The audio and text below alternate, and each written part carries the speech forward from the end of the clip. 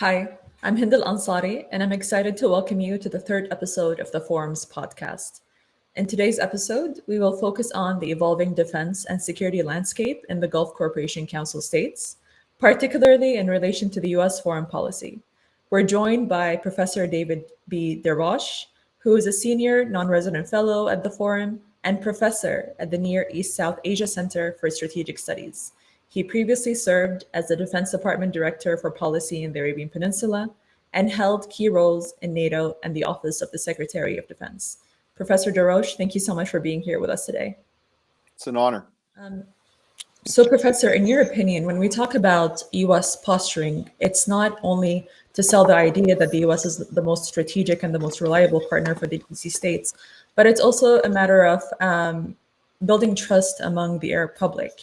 And just to give you an example of current Arab sentiment, the Arab Center in Washington, D.C., when they asked about the countries that most threaten, conducted a poll, when they asked the Arab public about the countries that most threaten the security and stability of the Arab world, 51% of the respondents said that the policies of the US are the most threatening, followed by Israel with 26%. And aside from their strategic relationship with the GCC states itself and their governments, do you feel like the US's posture also matters for the Arab public? Because there are a lot of talks about how there are internal pressures for these governments to perhaps shift alliances or pivot more to the east.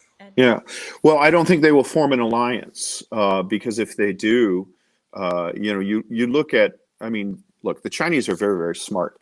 The U.S. naval presence in China is in the Gulf, is the nucleus around which the international community operates to ensure the safe passages of goods and services in the Gulf and outside of the Gulf into the Indian Ocean. The primary beneficiary from that is not the United States. We're beneficiaries in that a functioning global trade system benefits us. But the energy that comes out of the Gulf, very little of it comes to the United States. A lot of it goes to China. And they don't pay for that security. We do. So they are not eager to take on the security burden when, I guess in their presence, in their mindset, there's certainly a certain amount of Chinese public opinion that thinks, hey, we're playing the Americans for chumps. Let's let them keep on doing this. Let's let them deal with the hassle of maintaining ships in the Gulf. When sailors misbehave on shore leave, that's a blame to American image. And we can say, oh, well, we're just here to sell you electric automobiles. So no, they're not going to do that. The problem is increasingly, and let me go to the technical aspect of weaponry. Weaponry is increasingly becoming software focused rather than hardware focused. So right now, with some of the older industrial age weaponry, if you're a country like Saudi Arabia and you're concerned that the United States or England or France or Germany is going to stop shipment of weapons to you over the conduct of the war in Yemen, as was threatened, then you can buy howitzers from China, as they did. These are big iron machines, and you can operate them independently. But if you want to operate the Joint Strike Fighter, which is 80% software, you can't have that and plug it into a Chinese radar. It's kind of like Apple versus the Google phone system. They're not compatible. They won't work together, and one will compromise the other's security if you try to integrate them. So China won't allow their advanced weaponry to be integrated with American advanced weaponry and vice versa. So these countries have made a huge investment in Western security equipment. And basically what they've done is integrated themselves into a Western digital defense network. To go back on that would have a cost in the tens of billions of dollars. So again, there's posturing, and there's, at times you can make adjustments along the margin with things like howitzers, but or drones. But the backbone of the relationship for the Gulf security architecture is with the United States. And there are both political, military, and technical reasons why the Gulf states will not move away from that. Work, you discussed that some of these countries, namely the UAE and Saudi Arabia, are developing their own defense industry. And they don't necessarily pose a risk to the US or its influence because they're still at their very early development phase. However, I'm curious about what your thoughts on if they deepen their defense research and development in partnerships with China Hmm. and non-Western countries.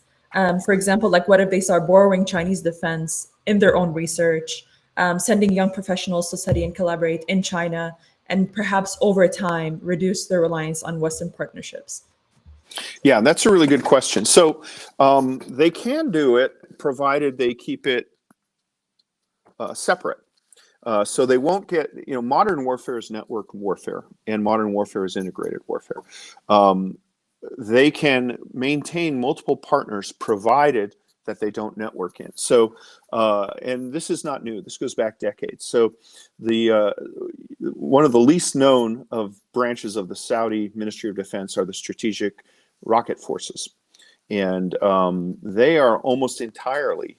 The rest of the Saudi military is oriented towards the West. People, I teach at the Saudi War College. But the strategic missile forces are Chinese, and that's because the West, in compliance with our anti-ballistic missile proliferation regime, have not sold missiles to the Chinese, and so they went and bought to the Saudis. So the Saudis went and bought Chinese missiles, and there are Chinese officers or Saudi officers who study in China who go to Chinese military institutes, but they're all from the strategic missile forces. They can do that because that element is separate from the main integrated focus of the Saudi armed forces, and they're trying to develop a ballistic missile capability as a standalone force that won't operate in conjunction with the other Saudi armed forces as an integrated web. They're there as a deterrent against Iran, and they would operate independently, probably on a direct signal from the king or the crown prince, to fire independent of other military actions. They operate at a strategic level, whereas the Saudi armed forces operate at an operational level. But they will never be integrated into the structure of the Saudi armed forces as they are now, because their backbone, their digital infrastructure, is Western and largely American, and they're just incompatible. So, yeah, there will be changes there, but they usually reflect some political dissatisfaction. And there's no doubt in my mind that if the West had been willing to sell, not give, Americans always say we give them weapons, we sell them, and they pay top dollar. If we were to sell the Saudis ballistic missiles, they would prefer to have Western ballistic missiles than Chinese ballistic missiles. So what you're saying, what I understand from what you're saying is that currently they can go to China, they can like buy weapons from China, they can invest a little bit of money into developing their technology in China, but it has more of a sentimental value as opposed to like more effective and completely pivoting to China and other like world powers, which will pretty much like not shake its relationship with the US because the US will still maintain Yeah. the number one strategic partners for No, I apologize for my inarticulateness. No, what I'm saying is that the relationship with countries like China and Russia is generally very, very situationally focused, and a lot of the times it's or situationally dependent, and a lot of times it's focused on either acquiring weapons that the West has said they will not provide to China. So ballistic missiles are one case. Another one is drones. We, for years, interpreted the ballistic missile treaty to prevent the export of armed drones. And so the Emiratis, the Saudis, had asked us for Reaper drones. We refused to sell it to them because we had an interpretation, an overly strict interpretation, I would argue, of a U.S. convention. And so they bought Wing Loon drones from China.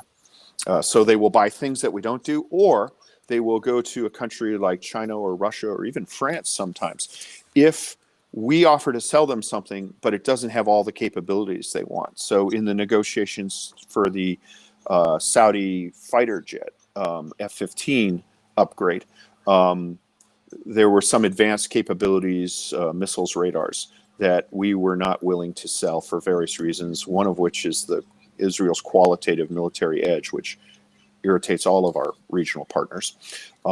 And so they started negotiations with other countries to provide these things, in large part to prove to us that they had options and to try to leverage us into providing that. The Emiratis have done this as well with their F-16 upgrade. whenever those negotiations on a specific capability hit a difficult point, there's always a story about how the Emiratis are now looking at buying Rafale, French Rafale fighters. So there is a place for these guys, but it's usually on the margins, and it's usually equipment that the West has declined to provide, or it's used as a negotiating tool to try to get the West to offer more advanced weapons capabilities. And I'm really glad you asked me this question, because most people think the way the arms trade works with the Gulf partners is we roll into their country and say, here's a bunch of stuff, you need to buy it. And it actually goes the other way around. The big joke in the Pentagon was that they watch Game of Thrones on Sunday, and on Monday they ask us to sell them dragons. The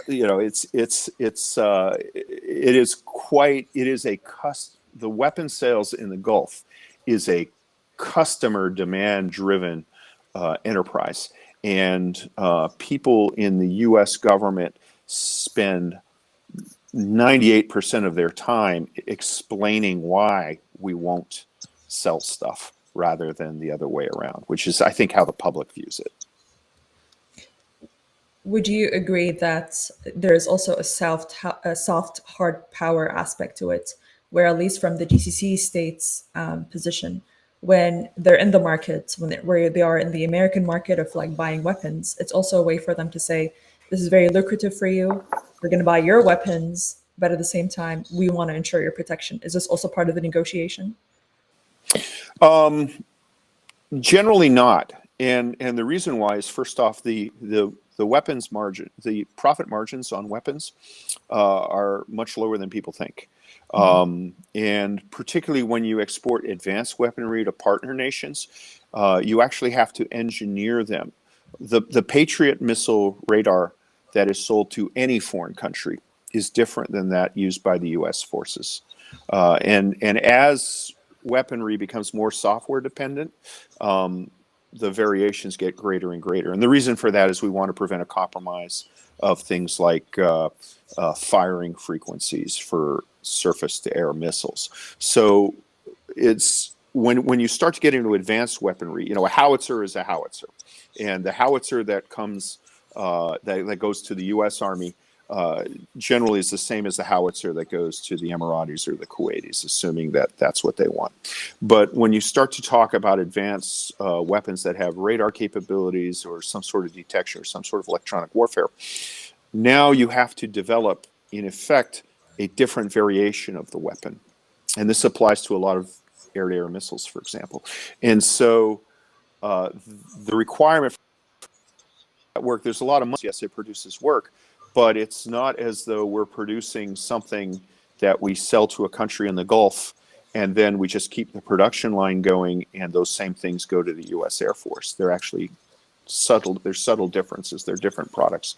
So there's a lot less money there. There's more money in selling LA Lakers jerseys. There's more profit margin selling Lakers jerseys or New York Yankees hats than there is in selling surface-to-surface missiles.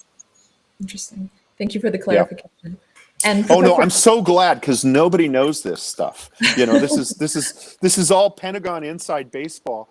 But people in the Gulf, in the region, and just outside observers, they have a completely, deeply held and completely incorrect view on how weapons sales works. And I feel like I've been screaming into a chasm for 25 years on this.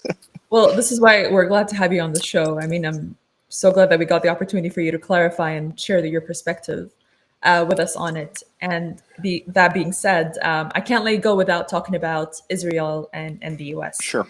And since October 7th, Professor, the U.S. has sent a colossal amount of military aid to Israel, despite the fact that Gaza is a tiny piece of land and is densely populated.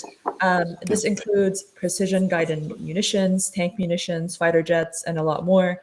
So in addition to their objective of putting an end to Hamas in Gaza, would you say that this war they're waging is also a deterrence strategy where both the U.S. and Israel signal the military capabilities that they have developed through cutting-edge technologies to Israel's neighbors?